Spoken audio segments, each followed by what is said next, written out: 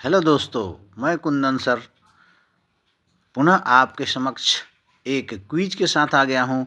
Matriculation परीक्षा की तैयारी के लिए वेरी इम्पोर्टेंट फिजिक्स के मानव नेत्र तथा रंग बिरंग संसार। तो चलिए हम शुरुआत करते हैं विज्ञान के क्लास 10 के लिए मैट्रिक परीक्षा के लिए वेरी इम्पोर्टेंट वस्तुनिष्ठ प्रश्न। इसको सुनते रहेंगे। बहुत विद्यार्थियों का प्रेशर आ रहा था, इसलिए हम बनाना शुरू करते हैं। तो चलिए शुरू करते हैं। स्टडी कुंजी में आपका स्वागत है। पहला सवाल आपके सामने दिखाई दे रहा है। मानव नेत्र की संरचना में कौन सा भाग कैमरे की लेंस प्रणाली के समान कार्य करता है? ठीक है, रेटिना, कॉर्निया, लेंस, आइरिस। अनुमान लगाइए क्या होगा। तो इसका सही उत्तर देखते हैं। इसका सही जवाब है लेंस। मानव में नेत्र में लेंस प्रकाश को रेटिना पर केंद्रित करता है, जैसे कैमरे का लेंस प्रकाश को फिल्म पर केंद्रित करता है। यह विभिन्न दूरियों पर स्थित वस्तुओं को स्पष्ट देखने में सहायता करता है। चलिए देखते हैं दूसरा सवाल आपके सामने है। रेटिना पर वस्तु का जो प्रतिबिंब बनता है वह कैसा होता है? सीधा और वास्तविक, उल्टा और आभासी, उल्टा और वास्तविक, सीधा और आभासी। क्या जवाब होगा? इसका सही जवाब आपका है उल्टा और वास्तविक। नेत्र का लेंस वस्तु का उल्टा और वास्तविक प्रतिबिंब रेटिना पर बनाता है। इसमें यह प्रश्न घुमा कर भी पूछा जा सकता है कि मानव नेत्र में प्रतिबिंब कहाँ बनता है? तो रेटिना है। तो चलिए अगला सवाल देखते हैं। क्वेश्चन नंबर 3 आपके सामने है। यह बहुत बार पूछ चुका है। सामान्य दृष्टि वाले व्यक्ति की न्यूनतम दृष्टि दूरी होती है 10 सेंटीमीटर, 25 सेंटीमीटर, 50 सेंटीमीटर, 100 सेंटीमीटर। सही जवाब क्या होगा? सही जवाब होगा 25 सेंटीमीटर। सामान्य नेत्र के लिए निकट बिंदु की दूरी 25 सेंटीमीटर होती है और अधिकतम क्या होता है? अनंत होता है। चलिए देखते हैं चौथा क्वेश्चन है आपके सामने। नेत्र की समंजन क्षमता का अर्थ है लेंस की मोटाई स्थिर रहना, फोकस दूरी का समायोजन करना, पर्दा का रंग बदलना, प्रकाश को रोकना। नेत्र की समंजन क्षमता का क्या अर्थ होता है? सही जवाब क्या होगा? सही जवाब है आपका फोकस दूरी का समायोजन करना। समांजन क्षमता में नेत्र लेंस अपनी फोकस दूरी बदलकर निकट व दूर वस्तुओं को स्पष्ट देखने योग्य बनाता है। ठीक है, तो यह हो गया आपका फोकस दूरी का समांजन करता है। यही फोकस दूरी आगे पीछे हो जाता है तो दृष्टि दोष आपको हो जाते हैं। क्वेश्चन नंबर 5 आपके सामने है। निकट दृष्टि दोष में व्यक्ति दूर की वस्तुएं नहीं देख पाता, पास की वस्तुएं नहीं देख पाता, दोनों वस्तुएं नहीं देख पाता, वस्तुएं उल्टी देखता है।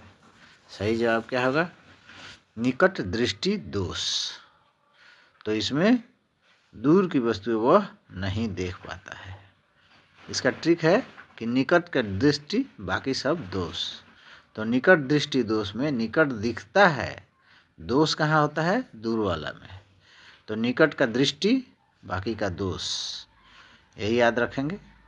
चलिए क्वेश्चन नंबर 6 आपके सामने है। निकट दृष्टि दोष का उपचार किससे किया जाता है? उत्तल लेंस, अवतल लेंस, बेलनाकार लेंस, समायोजन लेंस। यह सामान्य क्वेश्चन है, ये हर व्यक्ति को पता होना चाहिए। सही जवाब क्या होगा? निकट दृष्टि दोष के लिए अवतल लेंस है।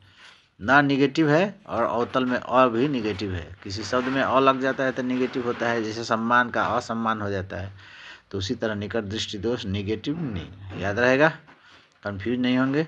दूर दृष्टि दोष में व्यक्ति पास की वस्तुएं नहीं देख पाता, दूर की वस्तुएं नहीं देख पाता, दोनों नहीं देख पाता, वस्तुएं उल्टी दिखती है। सही जवाब क्या होगा? दूर दृष्टि दोष।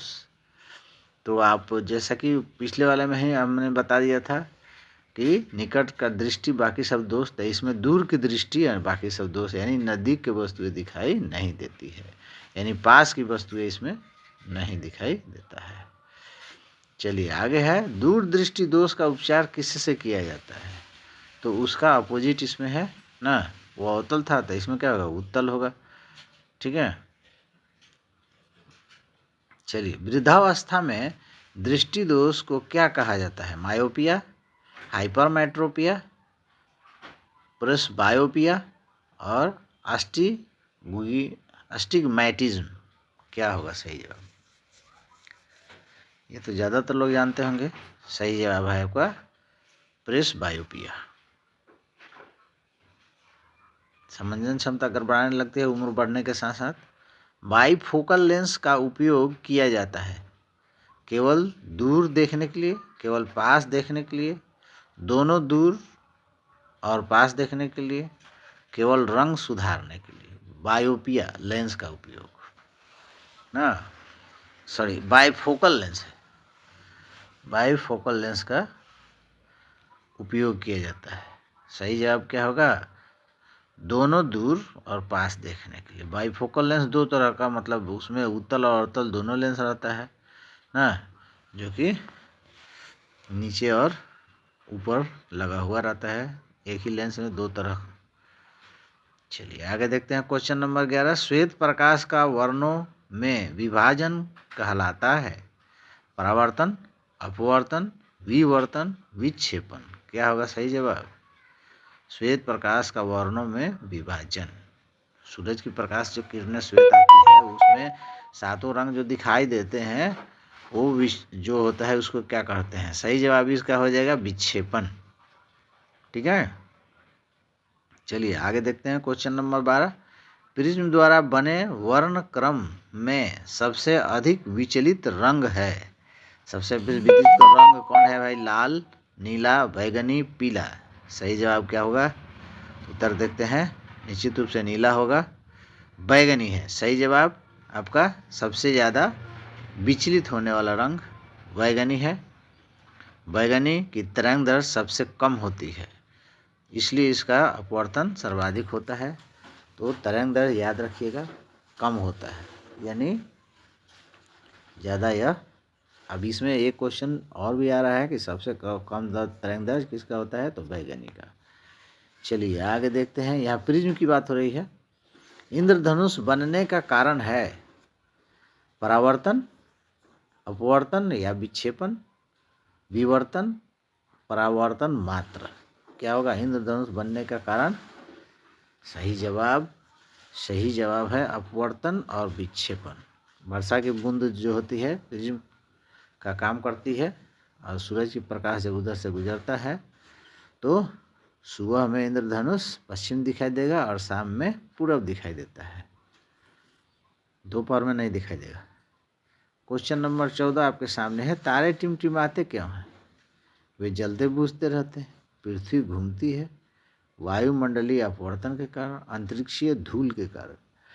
सही जवाब टिमटिमाते क्यों है?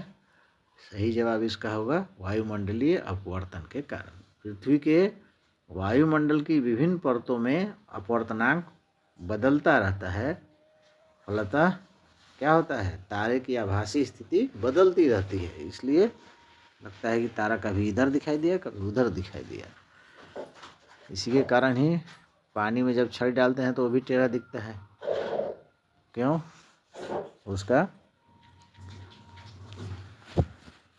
माध्यम बदल जाता है, और यही होता है दूर से आती हुई तारे के प्रकाश के साथ। 15 नंबर क्वेश्चन आपके सामने है। ग्रह टिमटिमाते क्यों नहीं? तो ग्रह क्यों नहीं टिमटिमाते? वो बहुत पास है, वे स्थिर हैं, उनका व्यास बड़ा है, वे चांद की तरह चमकते हैं। सही जवाब क्या होगा?